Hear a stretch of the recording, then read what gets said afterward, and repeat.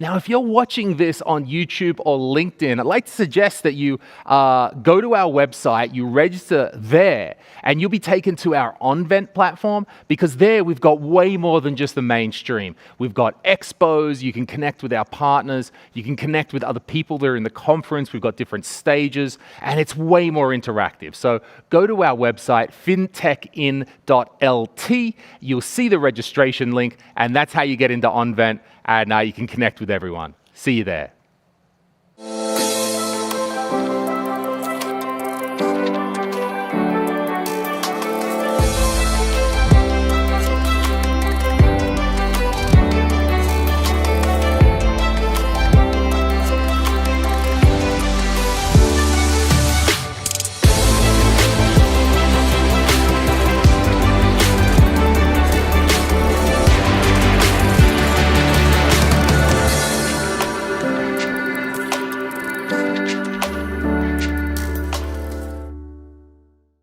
Hi, welcome back everyone. This is FinTech in 2021, and our next panel is about Neobanking's next big trick, staying big but still staying nimble.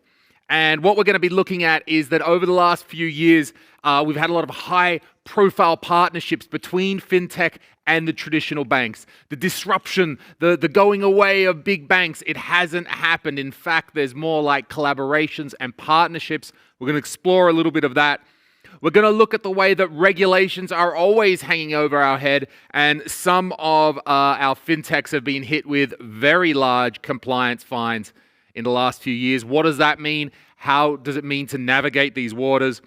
And we're going to be looking at, the situation in different countries. How is it? Why are some countries embracing FinTech and allowing them to grow faster than others? Our moderator for this panel is Remco Wienenberg, and Remco is a neobank expert. He's a keynote speaker. He's worked with a lot of different FinTech accelerators like Startup Wise Guys, and he very regularly organizes events, which is doing exactly what we're trying to do here, bring together traditional banks along with the FinTechs, get them talking, and get that dialogue moving along. Remco, how are you today, sir? Everything doing well? Yeah, perfectly fine, Louis. Thanks for having me here today. Nice. Thank you very much. Thank you for coming along. Where did you say you were this morning? Hungary? I'm actually based in Budapest. I represent a company called Pervanol, which is a core banking provider based from Budapest. So Okay, very nice. Glad to see you from Budapest. Let's move on with the panel.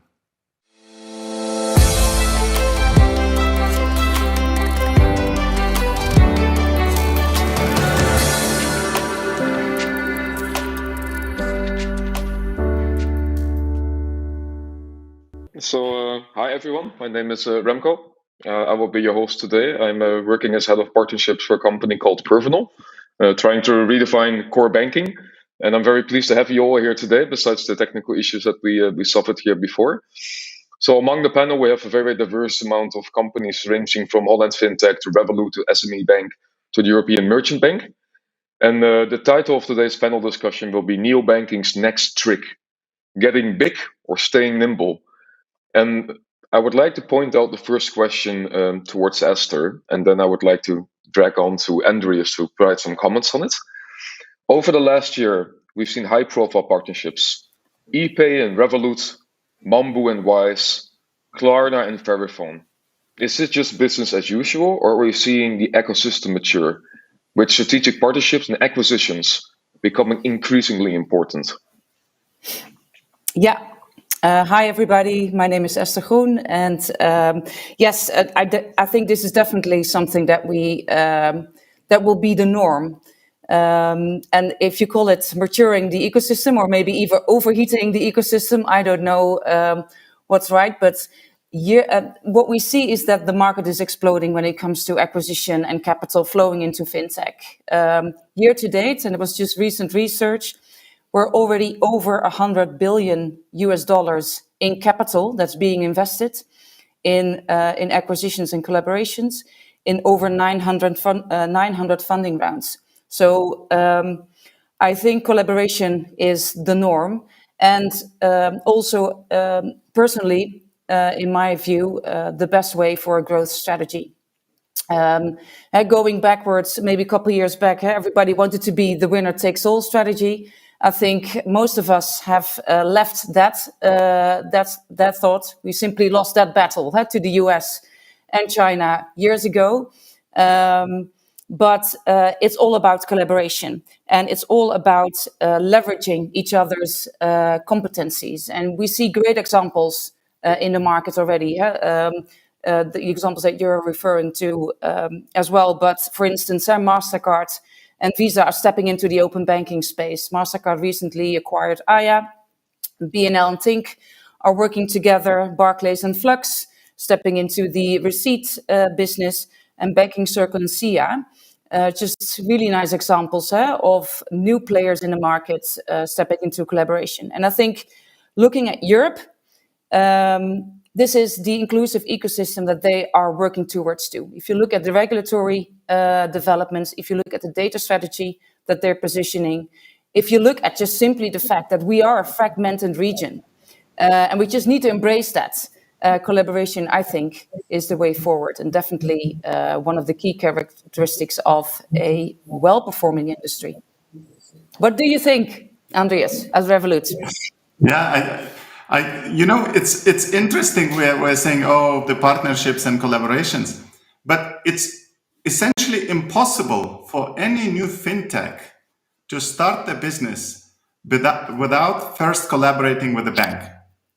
Absolutely. Right, with a proper bank, right? Because you wouldn't have, the account, how to pay money to your, employees, leave alone, let's say, client accounts that also banks are providing, or IBANs, localized IBANs, and so on and so forth. So this is already in essence rooted in every fintech's beginning, middle, or whatever stage they are in, right? And I should say that fintech is super healthy ecosystem, partnership ecosystem in that respect.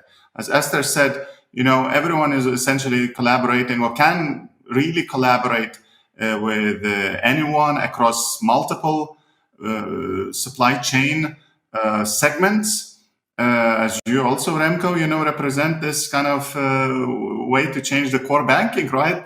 Again, there are players changing core banking just like you, and there are some other players changing all aspects of the supply chain. So this is rooted in DNA of fintech ecosystem, in my opinion, and it will continue. I really cannot see any wait for that to change anytime soon. Yeah, and what do you think about that, Montfidas, from SME bank perspective? Hello, I'm Montfidas.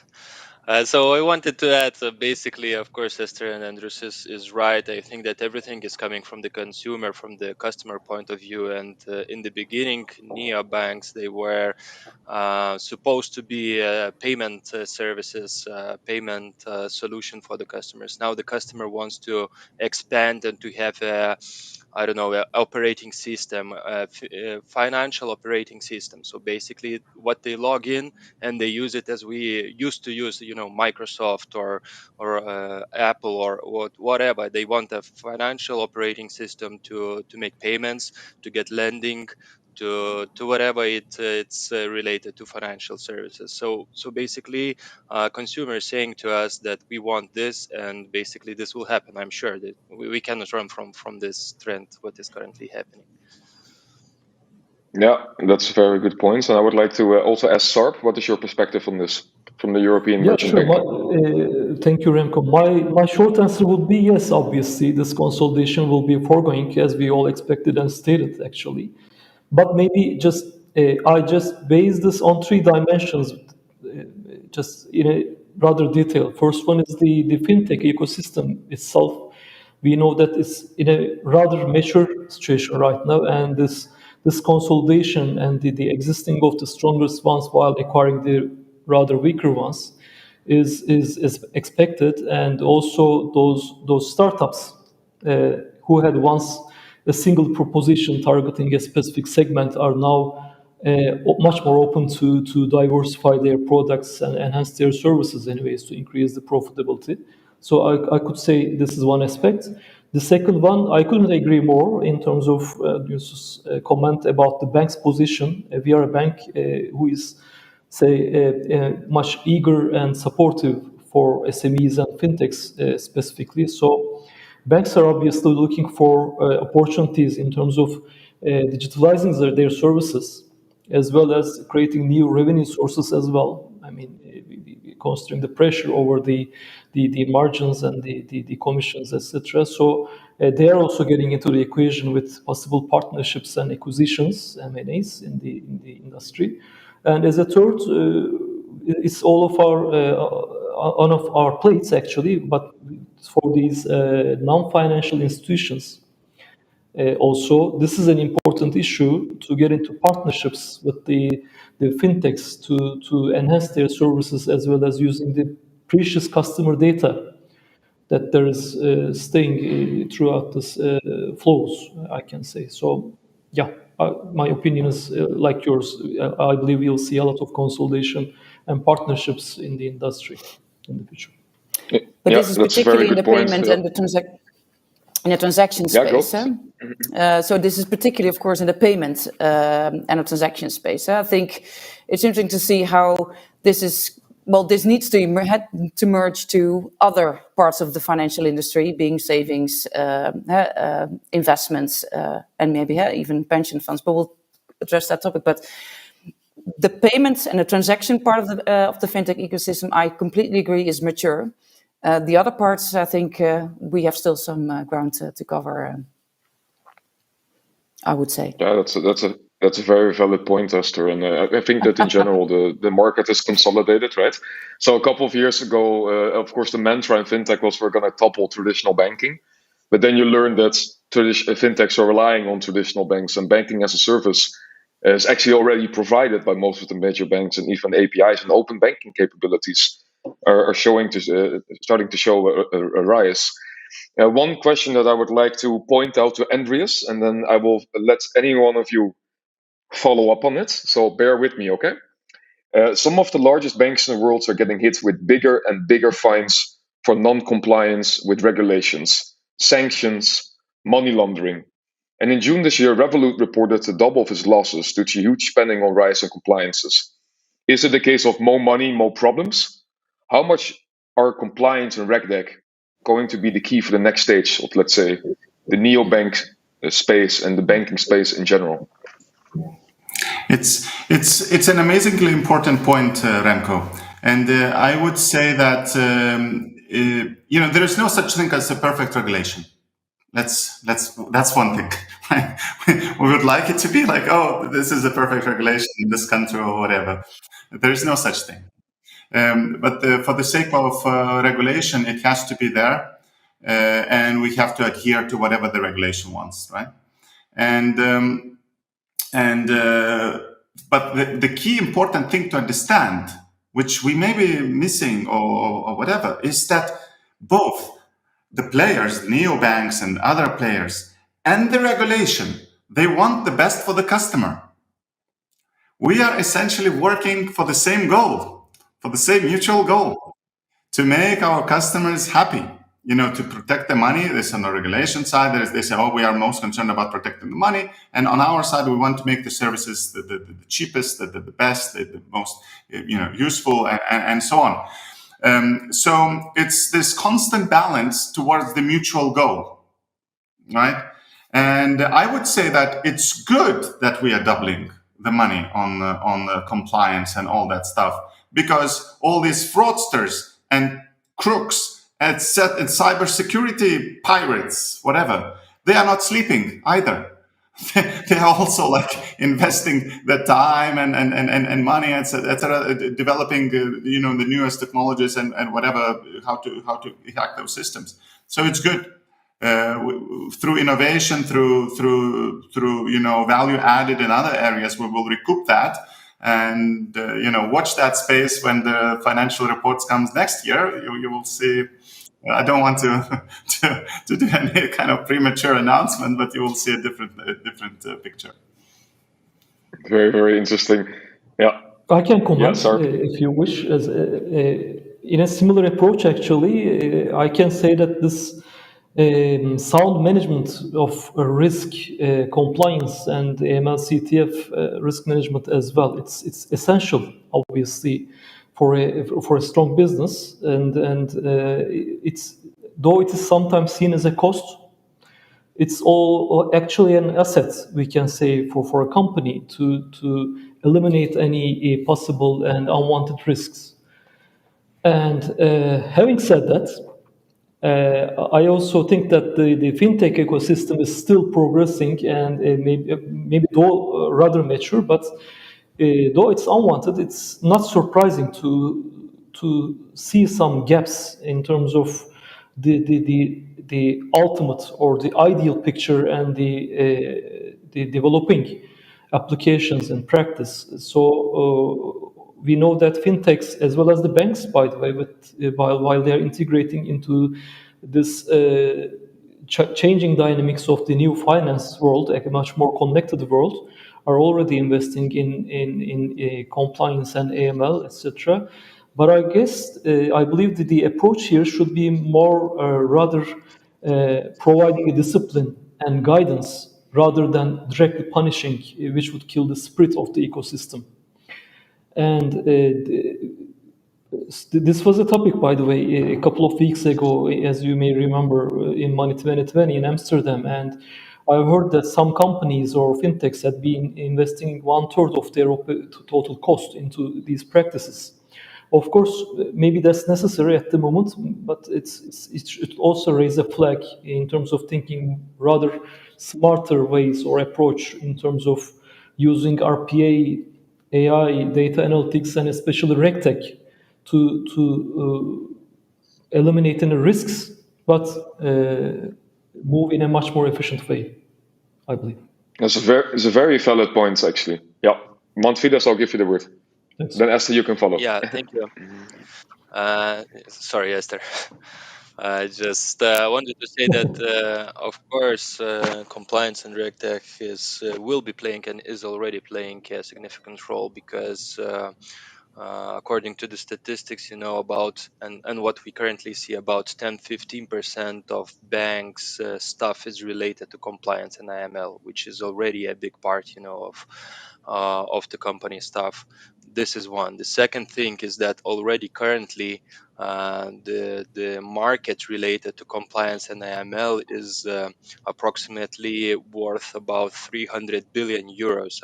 I mean, banks is spending such amount in the world currently for the compliance, AML checks, and so on. So how such a big market cannot be important currently, and of course it will be more important for the future because everyone wants to take a part of 300 billion euros. This is one. The second thing is, of course, why it's important, because of the change of the current environment. The COVID, it changed everything what is currently happening. So for example, previously, if you wanted to open a bank account or do something related to bank, you can arrive to bank and do this and onboard yourself. You show yourself that you are a real physical person, not a mask, not fraudster, as Andrus mentioned.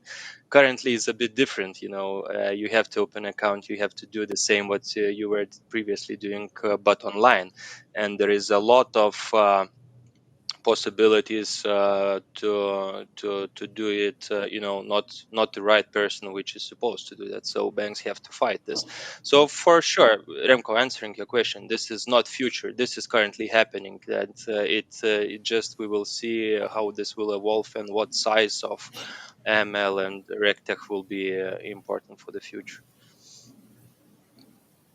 Yeah, I completely. I don't think that the whole regulatory regime will soften. It may be even getting more strict. I do think that a more open dialogue between regulators, governments, and the industry might help out to take out, I think, a lot of noise and maybe potentially some a lack of understanding on what exactly the industry is doing versus what regulation is actually tackling. That it needs to be there and needs to be sure that that's fair. But is it scalable? As it's currently organized, I have my questions around that. And this typically, as you're pointing out, there's so much money going into compliance that it does sustain a proper conversation on how to do this going forward. And technology needs to play a better role, and particularly also data and data quality. And I like that you already see collectives and cooperation between banks and within the industry to tackle these types of big problems. And within the Netherlands, but also in Scandinavia, you see that banks are starting to collaborate on KYC and data exchange, just to make it more scalable and more persistent. And this is something that governments and regulators should encourage more. And I think a dialogue in that area definitely makes more sense. Yeah, what I would like to perhaps steer the discussion a little bit, because Esther, you're quite familiar with the Dutch regulatory environment. And actually, one of the main points in the Dutch regulatory environment is the significant amount of investment that fintechs need to do in order to comply with the DNB, the Dutch National Bank. How do you look at that, Andreas, from your perspective? Because Revolut has been, of course, working with the Central Bank of Lithuania for quite some time now. Do you feel that there is a more cooperative ecosystem in Lithuania, let's say, compared to the rest of Europe? And do you think that has benefited you as a bank now? And look, there's no cutting corners. We have to be very clear about, especially when it comes to regulation, especially within the EU, right, where we have the single regulatory regime by ECB and EBA and many other institutions. So there is no cutting corners, but every jurisdiction, they have their own vision. Let's say every central bank in every country, right? They have their own vision. Some of the countries, some of the markets, maybe they are so mature. I'm not speaking about any of the market, right? But think of any essentially Western European market. You wouldn't necessarily say, oh, we need to put our name on the map and attract all, hundreds of, fintechs because our let's say, customer, competition, finance competition is lagging, or we don't have enough players already. So every market, they have their own priorities, own visions, and how they're going to achieve that, and so on. And it's just, thanks to also a handful of proactive individuals, essentially. It also comes down to the individuals at the Central Bank of Lithuania, at the finance ministry at that time. I'm talking about 5-6 years ago, that actually that vision was born in the heads of these people. And Invest Lithuania also played a good role, that they said, okay, let's put Lithuania on the map, on the global map of fintech ecosystem. And they achieved quite tremendous results, in my opinion. And now maybe it's time to also see, what that gave to the market. How do we go forward, and so on. But just to answer your question, there is no cutting corners. So by entering Lithuania, there is no kind of secret sauce that I can avoid that. But obviously, the market is just differently ready for new entrants than, let's say, other market would be ready. Yeah, it's a very valid point. Actually, I'm currently myself looking into the Lithuanian market, and there's no cutting corners. That's absolutely clear. But I think that there's a very strong collaborative environment. So my next question would be to Sarp. Could you highlight? Can I just add a short comment, Remco, actually mentioning about Lithuania? Maybe it would be nice to remember also that according to Basel AML index, Lithuania is ranked as the 9th best country who is in terms of the AML practice, in terms of the positivity. So that's a good outcome. And also I believe and I agree with Andrews that this should be working in a close collaboration. I mean, we are serious guys in terms of these practices, so we are investing and taking actions. And the ideal way to manage this in terms of a nurturing as a keyword, I believe, together. And yeah, And that's a very good point.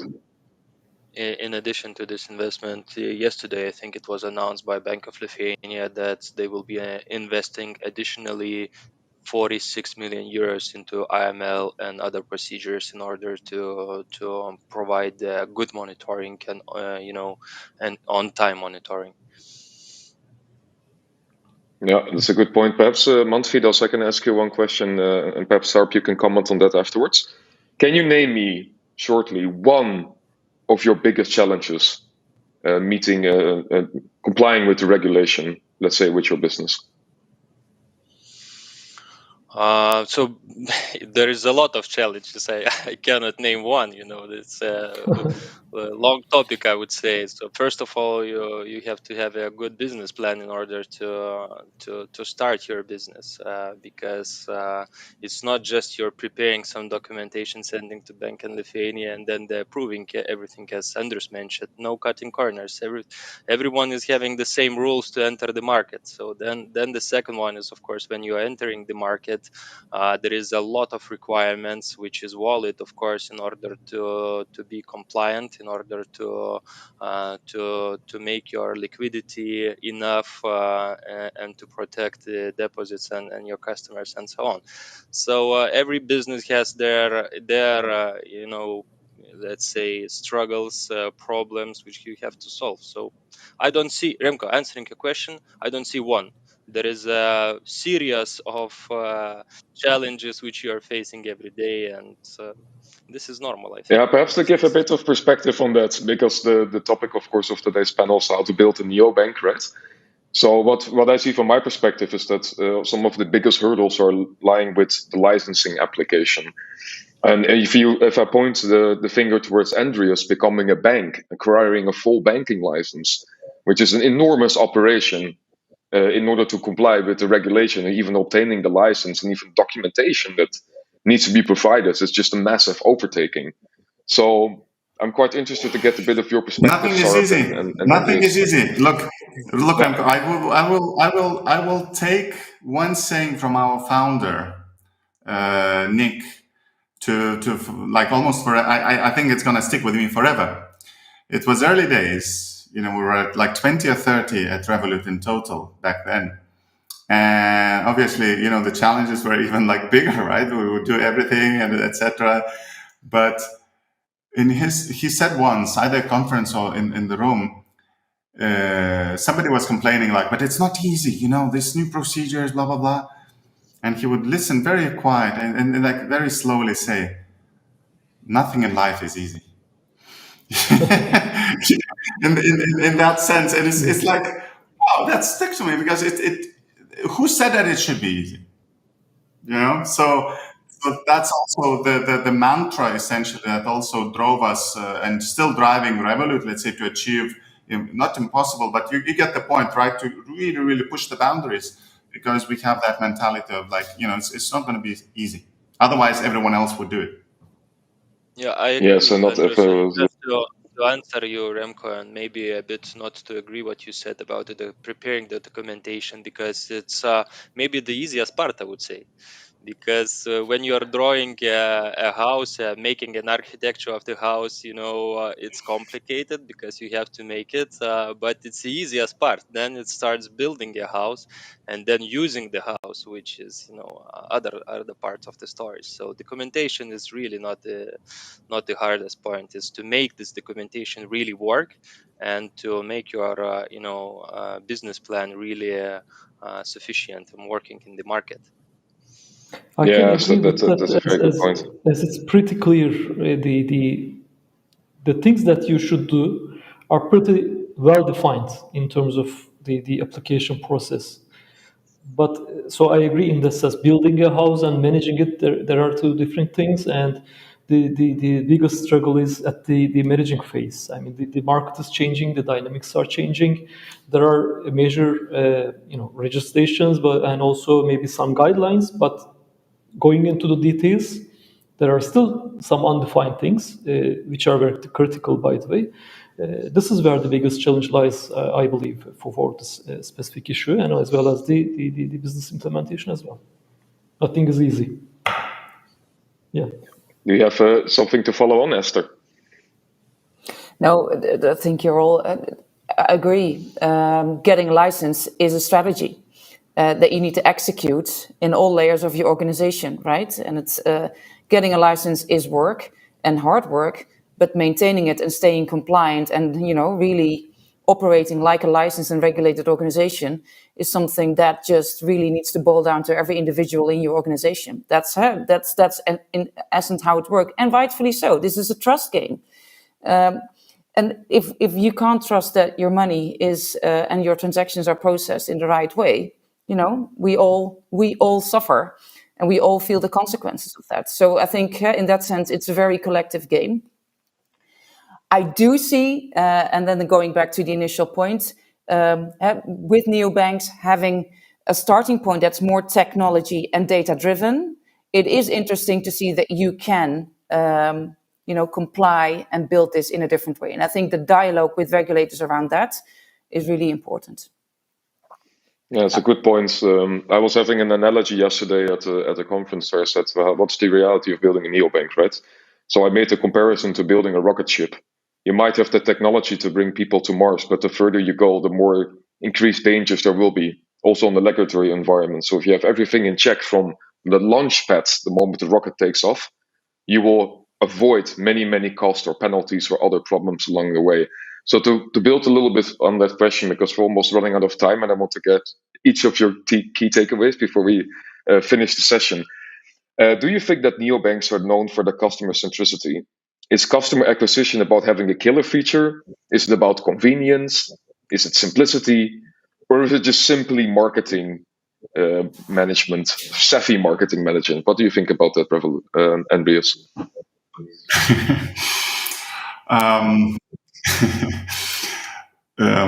It's like Donald Trump calling Tim Cook Apple, right? In that meeting. Anyway, look, it's in the end, it's still the product. Look, it's the product. We still haven't invested heavily in marketing. Some others have, right? There's let's say US banking players. They invest heavily, dozens of millions into marketing, and it's playing out as well. The kick start is still about the product, whether you call it customer centricity, which is like has different meanings actually. It has to be. You have to. I had this again analogy or like saying that it has to be the wow moment. It has to be the Uber moment, right? Is taxi bad? Taxi is bad? No. But when you realize that there is Uber, like, oh my God, where have you been before? It's similar with banking. Are banking in general, other players, legacy players, bad? No, they are not. But when you realize that there is other players, easier, cheaper, faster, you say, oh my God, where have you been before? And some prefer that. It's like buying a sliced sausage or the whole sausage at the shop, right? For me, talking about marketing, Andreas, I remember the famous. For me, the analog is really simple. Once you try sliced sausage, you would never go back to the whole sausage and cut it yourself, although the taste is the same. Yeah. That's a funny analogy. I remember though talking about the Revolut marketing that one time you guys had a funny commercial in the tube about how many customers bought a vegan sausage roll. I remember that one. Let's not get into funny. That. That's not another. The bloopers of marketing. Yes. So, no, but it's really about solving a problem, right? And whether that's the customer journey, whether that's convenience, whether that's complexity, I think it's about solving a problem, big or small, in a way that, like you're rightfully saying, Andreas, is new and innovative. And I think on the point where we are in the financial industry, when it comes to at least the payment and transaction business, the whole convenience and customer journey element, I think we've tackled that to a large extent. I think the next game is definitely around expanding, creating holistic, open finance type of products and solutions, building in and embedding more data sources, really providing people the insights and the controls that they're seeking. I think that will be the next game. And I think then you're really going back to convenience, product, transparency, and technology. That's a very valid point. I think because we're closing in a little bit on the last few minutes of this panel discussion, I would like to ask towards Manfredas and Sarp. We're cautiously emerging from the COVID pandemic, or at least from the initial shock, because the real shock is set to come even later from now. What is your big key takeaway for the fintech sector, and how do you think that the fintech industry will evolve in the next coming few years?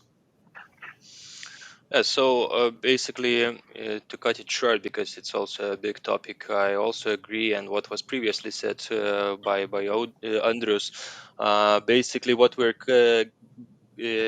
taking from the COVID situation is, of course, that everyone wants to have easy access, easy onboarding.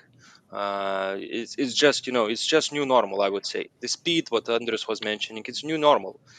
I mean that the customer is not even not even saying it's wow that I'm being onboarded within 5 minutes. It's normal. They expect to be onboarded in 5 minutes. They expect to have a easy access on the app or whatsoever. So this is new normal. What is next? We will see. I think that, as Andrews mentioning, he's really right. Someone will figure out the new Uber or something else. So this will be a boom. But basically, what it's most important, I think, for the consumer, for the customer, whoever it will be, it's I think that it will be a trust on the provider, on the bank, or if will be a fintech whatsoever. It will be a trust of this organization. If his data will be protected, if his money or whatsoever will be protected. Her money. Yes. His anyone's money will be protected, so I think that the trust will really the security of the systems and trust will be really very important for the future. Sarp, what's your take on this? Yeah, I'll try to keep it short. We just have a couple of minutes, but I can say that indeed this COVID pandemic has been a serious test for the fintechs, and it has proved positive at the end.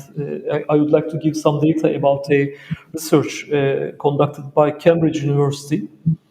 They found that these highly restricted countries, within these countries, the fintech performance was significantly higher than the less restricted countries. To give a much more specific example, for the digital payments, actually, while there's 30% growth in the highly restricted countries, for the others it was just half of this growth, as an example. So we can say that this was an opportunity to prove these fintechs about their flexibility, adapting their business models, serving these customers, the candidates at least at its highest potential remotely, and adapting their services and products to the emerging needs of the customers.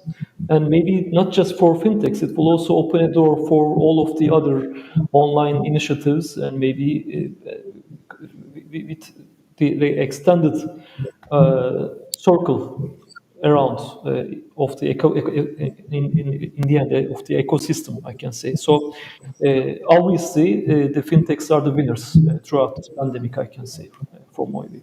Yeah, absolutely agree with you. Do Andreas and Esther, do you have one last 2 cents for me? Some key takeaway. You want to go today? first, Andreas? No, I think COVID has really shown that I think people are becoming more and more aware, and also organization, about their financial positions. And I think this is where neobanks and fintech can really play a role. I still believe, as with the opening point, collaboration is the way forward.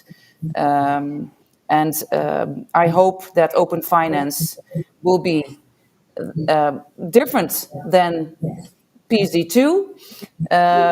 So I hope to see some really cool industry initiatives to pave that path. Yeah. Yeah, thanks. And Andreas, any last idea? Yeah, from my side, it's really simple and quick. COVID really showed that impossible is nothing. We couldn't even think how we would transform. True. Normally, we would fly in to the conference to run this panel, and now we did it, right? And it's going to be as equally a good content as it would have been otherwise, a part of the coffee and chat and so on. So, but even a part of that, the way, the speed, how businesses can actually pivot, especially fintechs, right, to focus on different areas. The way that they can, start the workplace. The workplace requires another session like that, right, to cover all sorts of innovations that happened on that field. So my quick, easy, short messages, it just strengthen the understanding that nothing is impossible. Thank you very much, everyone. So Esther, Andreas, Manfidas, and Sarp, thank you so much for your contributions. I think we touched a little bit on the bank fintech space, the regulation space, the neobanking model space, and we didn't even touch on some other topics I wanted to talk about, such as central bank digital currencies, which is emerging trends. And if any of you would be interested to talk with me about that later, then let's do that. So let's conclude here, and have a great day to all of you. Sunny greetings from Budapest. Yeah, and thanks for being here today. It was a pleasure. Thank you, Remco. Thank you to everyone, and thank Bye, you everybody. to Remco as well for moderating that discussion. Remco, thank you very much for leading that panel session. We covered so many really interesting topics. I mean, nothing in life is easy. That's the big takeaway I took away from that. What are some of your thoughts and summary of the moderation?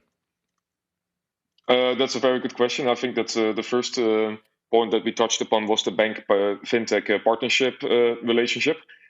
I mean, a couple of years ago in 2018, 2017, there was really a mantra that the fintechs were going to topple the banks, to kick them out or to oppose serious opposition towards them.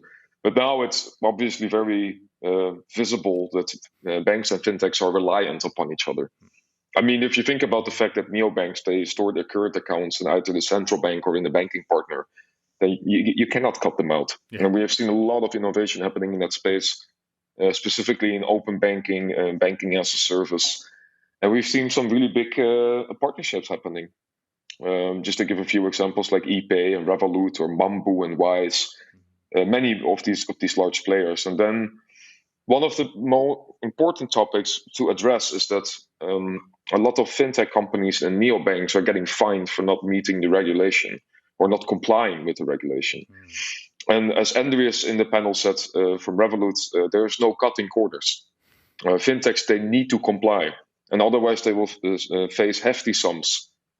And I think what's very important there is to think about when you design a neobank, is to have it compliant from day one, and not just try to grow and get as many users as possible, but to meet the ever increasing, more stricter regulation throughout Europe. I think that a point that Esther from Holland FinTech addressed is that Europe is very scattered, right? So we have the ECB, we have the FCA, but the regulations throughout the countries, they vary. And it would be very good to get the regulations standardized and more easy to understand. Then I think that some other touch point that we have is, what's the real neobanking model? So one of the points that was pointed out is that it's all about serving the customer. And a good example on that is Uber. If you realize that Uber is so much better than your traditional taxi, you will never go for the traditional taxi anymore. And this has, of course, been the angle of fintech, is to, at the end, be 100% customer-centric and to develop solutions and features that just makes the lives of people easier. I think that, and one other interesting part is, of course, but that was kind of obviously, is that the pandemic has set massive acceleration for the neobanks. So nobody wants to go to a branch anymore to open up a bank account. It's not necessary anymore. We want 5 minutes onboarding. We want everything digital.